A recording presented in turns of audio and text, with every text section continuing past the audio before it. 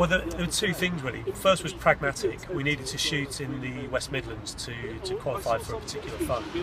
The second one was a bit more emotional, I guess, because we had an early recce of Stoke through Mark Wootton at the council, and we found the Spode site. We recce'd the Spode site, and that immediately offered like a stack of stuff for us. It sort of worked as a mini studio, so we were able to build our set in there.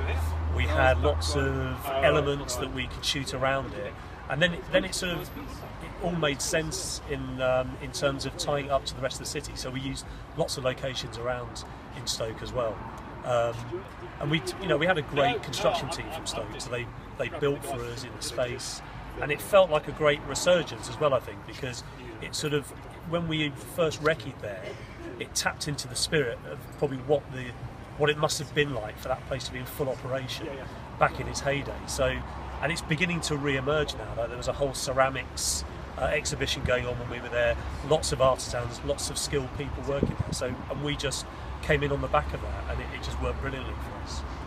And Johnny, what was it like to work with the people of the city? How did you find us? The people of the city was that was the big find for me. You know, obviously these guys came up before me and did all the location recceing and stuff like that. I wrote a film about London essentially, so I was very loath to leave London. And when I heard that we were going to be coming to the Midlands and to Stoke, I wasn't sure. I was like, why? You know, it's a London film. And so I was quite nervous. And then when I got here, they took me down to the old Spode factory, which they turned it almost, it was like a film studio. And we had our gym had been built in there, like Mike said, by the local team. And so the first thing was, that was a big surprise to me. It was quite a wonderful setup. We couldn't have asked for more, really. And then for me, really, it was the people of Stoke. I got down here, I was introduced to Scott Lawton, a local boxing trainer, and he kind of epitomised really what we went on to find with everyone we worked with down here. Just a lovely, lovely man, very generous with their time, very just good-hearted people, you know. And I've made some friends up here, you know. They're all here today for the screening, and Scott and I are in touch. I came up here for his birthday recently, you know, and I've made some really good friends, you know. And then we were very lucky. There was 2 local boxing gyms.